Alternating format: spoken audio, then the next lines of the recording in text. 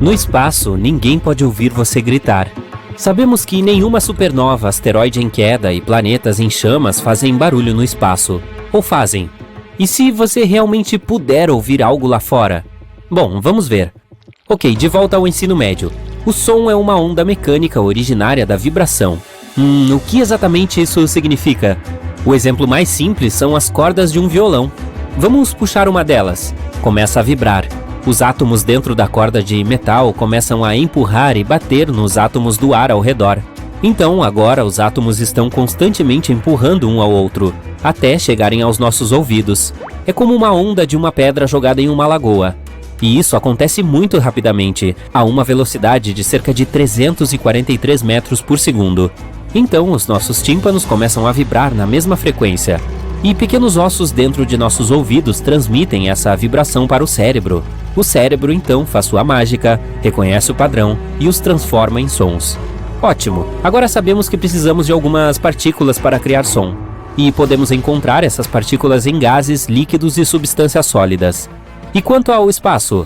Não, é um vácuo quase perfeito. E você provavelmente já ouviu falar que não há som no espaço porque é um vácuo. Mas o que isso realmente significa? Um vácuo é um vazio perfeito. É uma área completamente desprovida de matéria. Isso significa que não há nada lá. Sim, apesar de todos esses corpos celestes no espaço, na verdade não há ar entre eles, átomos ou partículas. Nada. Bom, quase. Para ser honesto, o vácuo perfeito realmente não existe. Não podemos nos livrar dos átomos de fato, mas o espaço está muito próximo dessa noção. Em média, existem de 1 a 5 átomos por centímetro cúbico. Isso pode soar como um número grande, mas tenha em mente que os átomos são minúsculos e a distância vazia entre eles é enorme. Para efeito de comparação, 1 centímetro cúbico de ar contém cerca de 16 mil átomos. Então, é claro, com uma densidade tão baixa, esses átomos não conseguem se empurrar. Mesmo que a vibração seja muito forte, como, digamos, uma supernova, eles ainda não serão capazes de fazer isso. Ah não, os filmes mentiram para nós. Todas aquelas cenas espaciais épicas realmente acontecem em um silêncio estranho. Quem teria adivinhado? Mas não fique chateado. E se eu te disser que existem de fato algumas maneiras de ouvir som no espaço? Primeiramente, ainda há som em outros planetas. Se houver uma atmosfera em um corpo espacial, ou pelo menos algo como gás, água ou superfície sólida, haverá som. No nosso caso, a atmosfera fica completamente silenciosa a cerca de 97 km acima da superfície da Terra. É aí que o céu deixa de ser azul e surge um véu estrelado preto. De qualquer forma, teríamos que pousar em outro planeta, ou pelo menos nos aproximar de sua atmosfera para ouvir alguma coisa. Mas seja o que for, soaria muito diferente. Vamos tomar Vênus como exemplo. A atmosfera lá é muito densa. Os cientistas, brincando, a chamam de sopa química grossa. Então, se você de alguma forma conseguisse permanecer vivo e falar lá, sua voz seria muito diferente. Ela se tornaria muito mais alta e soaria mais profunda. Assim, se quiser ser um bom barítono, você já sabe aonde ir. Eu me pergunto o que aconteceria se a Terra tivesse uma atmosfera mais densa. O que ouviríamos? Bom, você pode imaginar vagamente isso se já esteve na água. A água é muito densa. O som se move muito mais rápido e de maneira muito melhor em comparação com o ar, a uma velocidade de quase 1.600 metros por segundo. Se você se sentar em uma sala vazia sem fontes sonoras, não ouvirá muito, certo? Agora mergulhe a cabeça na água e confira como o mesmo silêncio soa aqui. Não é nada quieto. Mesmo que você ignore os sons sempre presentes da própria água, notará imediatamente o quão bem você pode ouvir seu próprio corpo, como o seu sangue pulsa nas veias, como o coração bate, o menor movimento dos seus dedos. Meio assustador, não é? Isso nos dá uma ideia do que aconteceria conosco em um planeta com uma atmosfera mais densa. E isso é muito louco. Ouviríamos tudo, de animais correndo ao movimento de placas tectônicas. Vamos lá, você provavelmente diria, é óbvio que há som em outros planetas, mas você não disse que podemos ouvir algo no espaço aberto? Na verdade, sim. Por exemplo, em uma nuvem de poeira. Você pode encontrar poeira espacial em quase todos os lugares do espaço. Podem ser os restos de uma estrela ou outra coisa. E nesses lugares, tudo é um pouco mais denso do que o normal. Isso significa que provavelmente há nuvens de poeira onde as partículas estão muito próximas umas das outras, o que significa que elas podem produzir sons. Claro, o volume será muito baixo e os sons serão transmitidos por uma distância muito curta. Mas é melhor que nada, certo? Além disso, já temos um som espacial real gravado. Veio da galáxia Perseu e está localizada a 250 milhões de anos-luz de distância de nós.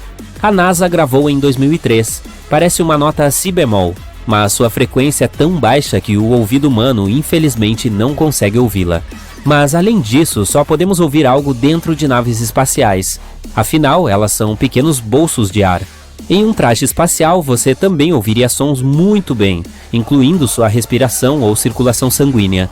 Mas 2 astronautas voando lado a lado não se ouviriam, mesmo que chegassem muito perto e gritassem muito alto.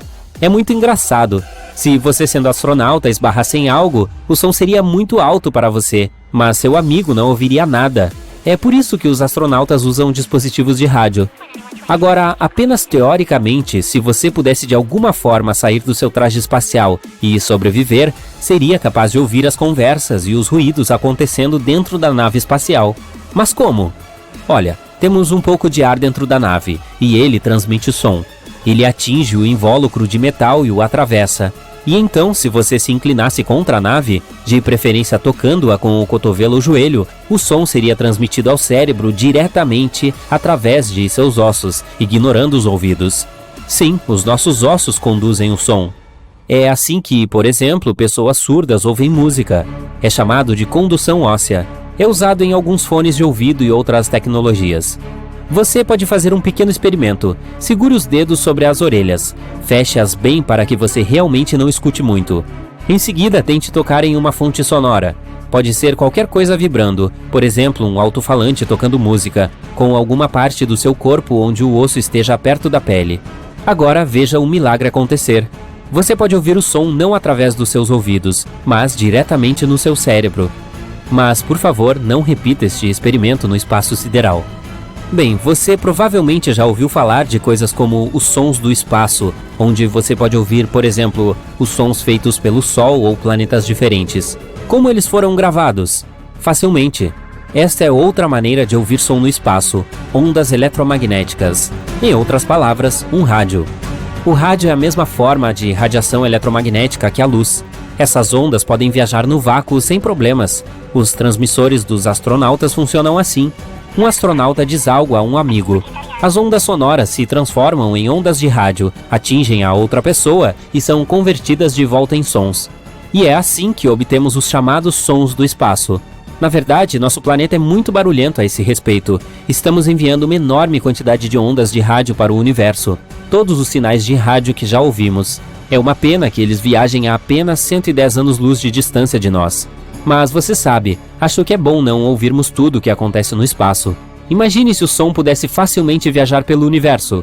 Ouviríamos tudo, de erupções solares a supernovas próximas. Horrível, certo? Então talvez sejamos mesmo sortudos. Ninguém vai ouvir seu choro no espaço, ou algo assim. Todos nós já ouvimos essa frase famosa e arrepiante. E é realmente verdade. O espaço, em sua maior parte, consiste em um nada gigante. Há muito, você sabe, vazio ali. Mas isso não significa que não haja sons. Na verdade, existem muitos deles, e alguns podem até fazer você se arrepiar. Vamos dar uma olhada nos mais assustadores que vêm lá de fora. Em primeiro lugar, como eles são registrados? O som é apenas a vibração da emissão das moléculas. Quando você grita, faz com que elas sejam empurradas furiosamente até chegarem ao ouvido do interlocutor. Então essas vibrações são transmitidas ao cérebro, reconhecidas como algo pelo qual você pode precisar se desculpar. Em outras palavras, para ouvir algo precisamos de moléculas. E é aí que as coisas se complicam. Não há nenhuma delas no espaço. O universo inteiro consiste quase completamente em vácuo. Não é um Hoover, é um nada absoluto. No entanto, os magos da NASA ainda gravam sons espaciais de alguma forma. Como eles fazem isso? O problema é que existem alguns tipos de ondas que não se importam com as moléculas. Nós, pessoas comuns, não podemos percebê-las sem alguns dispositivos especiais. Elas incluem, por exemplo, as de rádio. Vamos precisar de um aparelho ou algo parecido para reconhecê-las. E é exatamente isso que os satélites da Agência Espacial Americana fazem. Captam as de rádio aleatórias. Graças a eles, podemos descobrir como diferentes corpos cósmicos soam. Esses satélites registram uma variedade de ondas, flutuações de plasmas, campos magnéticos e outras coisas. Então, os cientistas da NASA transformam tudo em trilhas sonoras normais. E algumas soam bastante assustadoras, para dizer o mínimo. Vamos pegar nosso campo magnético, por exemplo. Ele envolve nosso planeta como um escudo invisível, protegendo-nos de todo tipo de maldade, como radiação ou ventos solares. Ao mesmo tempo, não podemos vê-lo, nem senti-lo, nem ouvi-lo. Ops, o último está desatualizado. Cientistas da Universidade Técnica da Dinamarca pegaram ondas magnéticas registradas pelo satélite ESA Swarm e as converteram em uma faixa de áudio. O resultado foi bastante assustador. Para ser sincero, parece mais uma entidade estranha perseguindo alguém no meio da noite. E se você se lembra dos mapas do campo magnético da Terra, começa a aparecer como uma aranha rastejando perto. Brrr. E este não é o primeiro som estranho que captamos na Terra. Recentemente pegamos outra emissão de rádio do espaço. Os cientistas descobriram que o sinal repetido veio de algum lugar muito distante, tipo bilhões de anos-luz de distância de nós. Rajadas rápidas de rádio geralmente não duravam mais do que alguns milissegundos, mas essa era a única. Durou cerca de 3 segundos, basicamente milhares de vezes mais do que o normal. E ao mesmo tempo, o sinal era muito preciso, tanto que os cientistas até o compararam a um batimento cardíaco. Eles acreditam que é causado por pulsares ou estrelas de nêutrons. Uma vez, Nikola Tesla identificou algo semelhante, mas infelizmente naquela época coisas como pulsares não eram conhecidas. Então Tesla tinha certeza de que havia capturado uma mensagem de alguma vida extraterrestre. Pena que a verdade acabou sendo muito mais chata. Mas vamos passar da Terra para a Lua.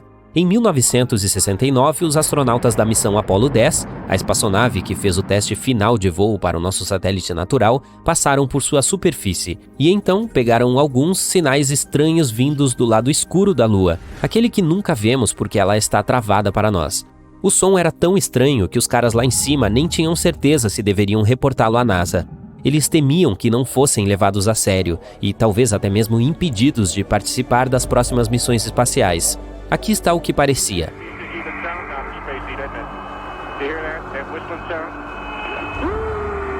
Mas, de acordo com a Agência Espacial Americana, não é uma música extraterrestre assustadora. Podem ser apenas algumas ondas de rádio que colidiram devido à sua proximidade. Ainda assim, os astronautas que ouviram pela primeira vez provavelmente se sentiram um pouco assustados. Vamos para os outros planetas. 40 anos atrás, os pesquisadores exploraram ativamente a superfície de Vênus.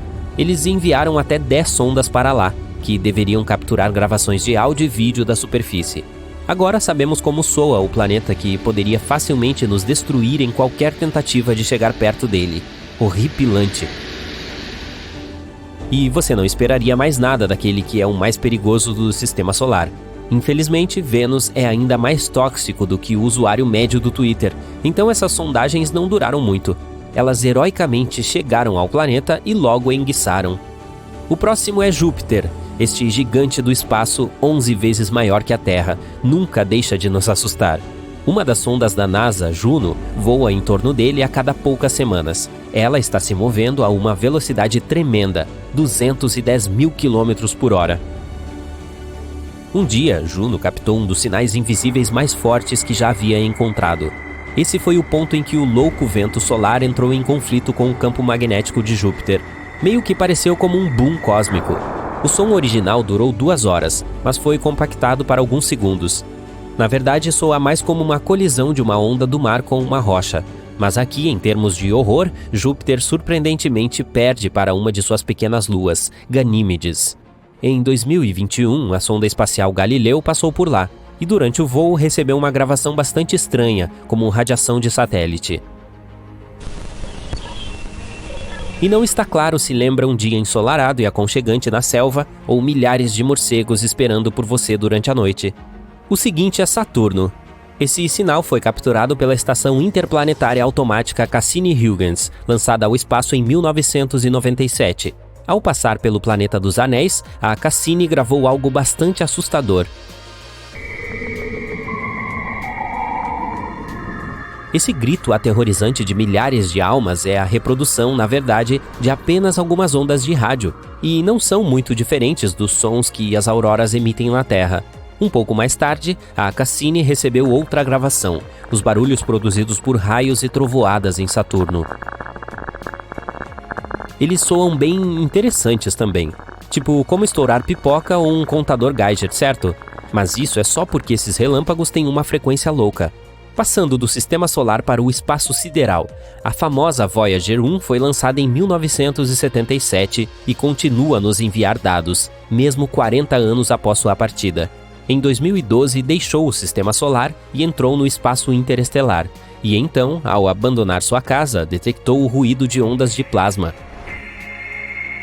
A gravação original durou 7 meses, mas felizmente os cientistas sentiram pena de nós e reduziram para 12 segundos.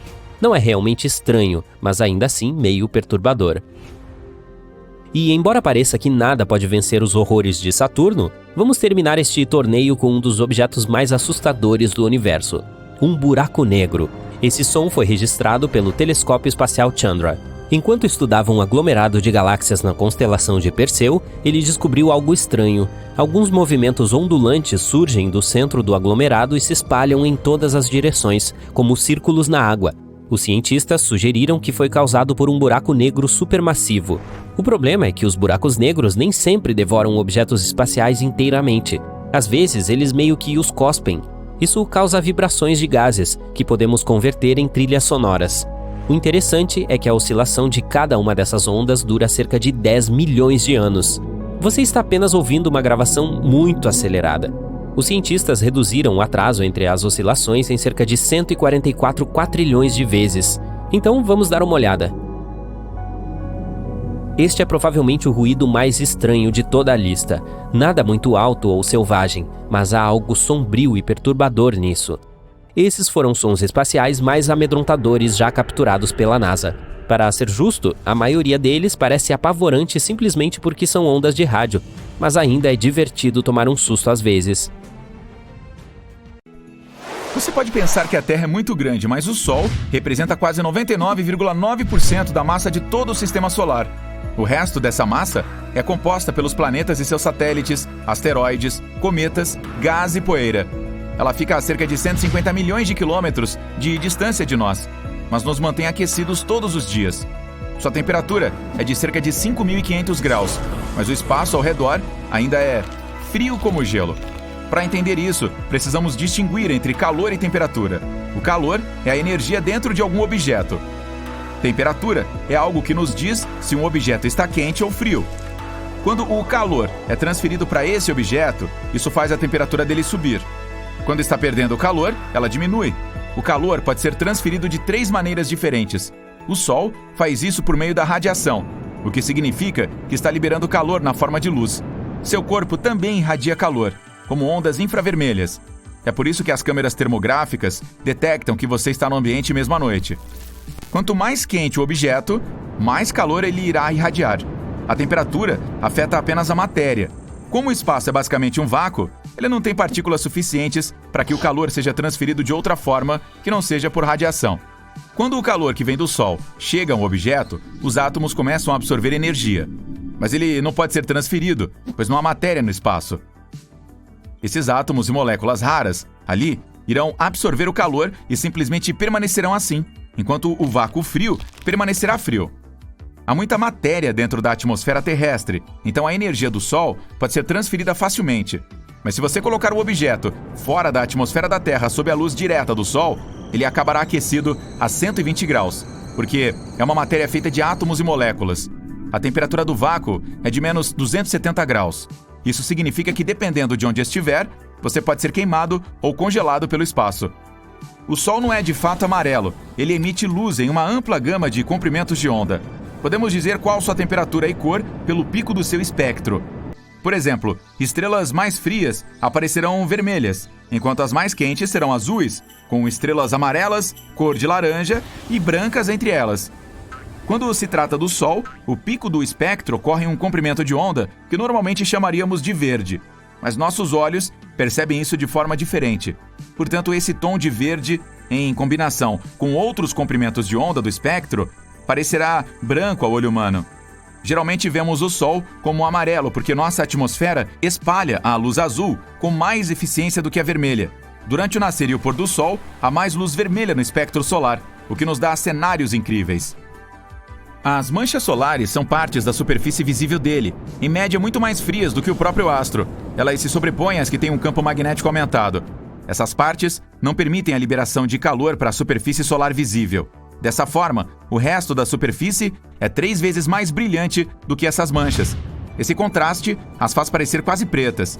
Se pudéssemos separar uma mancha solar dessa estrela e colocá-la em algum lugar do céu noturno, seria diferente. Ela seria tão brilhante quanto a Lua quando a vemos da Terra. Todos os planetas do nosso sistema solar giram na mesma direção, pois foram formados a partir de uma nuvem protoplanetária, exceto Urano e Vênus, que provavelmente sofreram algum impacto forte que os fez girar na direção oposta. Mas é diferente com as galáxias. Elas geralmente não se formam a partir da mesma nuvem de poeira e partículas. Além disso, não estão distribuídas aleatoriamente no espaço, e sim em filamentos. Fios densos e delgados de matéria escura e galáxias, com vazios entre eles. As protogaláxias estão ligadas por forças gravitacionais em pequenas áreas do espaço. Isso provavelmente se deve à distribuição da matéria escura em todo o universo. A matéria nos filamentos se move em um movimento de saca-rolhas e segue em direção à área mais densa. Portanto, pode haver uma direção comum em que as galáxias tendem a girar, mas isso é na maioria aleatório. Existe a possibilidade de vermos um elevador lunar um dia. Sim, um cabo ancorado na superfície da Lua. Ele se estenderia por cerca de 400 mil quilômetros. Não seríamos capazes de conectá-lo diretamente ao nosso planeta, pois a Terra e a Lua estão se movendo, mas poderíamos mantê-lo no alto da órbita do nosso planeta. Alguns pesquisadores acreditam que poderíamos construir esse equipamento por alguns bilhões de dólares. A Lua tem recursos que definitivamente podemos usar. Uma forma rara de hélio encontrada lá poderia ser utilizada em usinas de fusão no nosso planeta. Além disso, poderíamos pegar alguns outros elementos raros e aplicá-los em smartphones e no resto dos eletrônicos. Então, depois de cerca de 53 viagens de ida e volta, o elevador se pagaria. O cabo teria a espessura de um lápis, mas pesaria em torno de 40 toneladas. Ele pode até ser feito de materiais que já temos aqui na Terra, sem a necessidade de inventar nada. Pode até haver uma combinação de 2 elevadores. Uma nave espacial levaria um da superfície terrestre para uma estação espacial. Em seguida, ele seria lançado em direção à Lua. Haveria outro para finalmente descer até a superfície do satélite. Os planetas do nosso sistema solar têm órbitas previsíveis e estáveis, mas as colisões de gigantes gasosos podem ter acontecido em estágio inicial, quando o sistema planetário ainda estava se formando. No caso de um choque frontal, 2 gigantes gasosos se fundiriam. Eles não acabariam perdendo a massa, nem os materiais em seus revestimentos gasosos ou os de seus núcleos sólidos. Tal colisão, em uma velocidade mais alta, causaria a perda da maior parte do gás do revestimento. E a velocidades muito altas. Bum! Os 2 planetas já eram. É diferente se não for um choque frontal. Se 2 núcleos conseguirem se evitar completamente, os gigantes gasosos não se fundirão, mas perderão parte da massa e podem até mudar de forma devido a tais batidas. Astrônomos descobriram que existe uma galáxia extremamente distante de nós que se parece com a nossa Via Láctea. Agora vemos como era quando o universo tinha apenas 1,4 bilhão de anos. Agora tem 13,8 bilhões de anos. Levou mais de 12 bilhões de anos para a luz vir dessa galáxia distante e alcançar nosso planeta. Essa é tranquila, estável e surpreendentemente não caótica, ao contrário de todas as outras que eram bastante turbulentas em seus estágios iniciais. Para deixar a Via Láctea, teremos que viajar cerca de 25 mil anos-luz de distância do centro dela, ou 500 anos-luz verticalmente. Ela é um disco de estrelas que se espalha por cerca de 100 mil anos-luz e tem 1000 anos-luz de espessura. O Sol, a estrela central, fica localizada a meio caminho do centro dela e próximo ao meio do disco na direção vertical. Ao deixá-la, teríamos que ir além de sua borda para fugir do halo, que a cerca. Estrelas velhas, gás difuso e aglomerados globulares. Se você quisesse ir ainda mais longe para ver a Via Láctea em toda a sua grandeza, teria que viajar 48 mil anos-luz verticalmente. No momento não temos nenhum telescópio que possamos enviar para lá. Existem estrelas centrais que comem planetas. Nosso sistema solar é estável, ao contrário de muitos outros sistemas planetários. Então, não temos que temer que a Terra ou algum outro planeta mude sua órbita e vá em direção ao Sol. Mas pelo menos, 1/4 dos outros sistemas com estrelas semelhantes ao nosso Sol tem um passado bastante caótico, Em alguns deles, há planetas que costumavam se mover, e suas migrações imprevisíveis podem ter interrompido a trajetória de alguns outros, ou até mesmo os empurrado para fora de sua órbita. Isso significa que alguns planetas provavelmente caíram na estrela central. Quando isso acontece, eles se dissolvem na camada externa dela, o que significa que são devorados.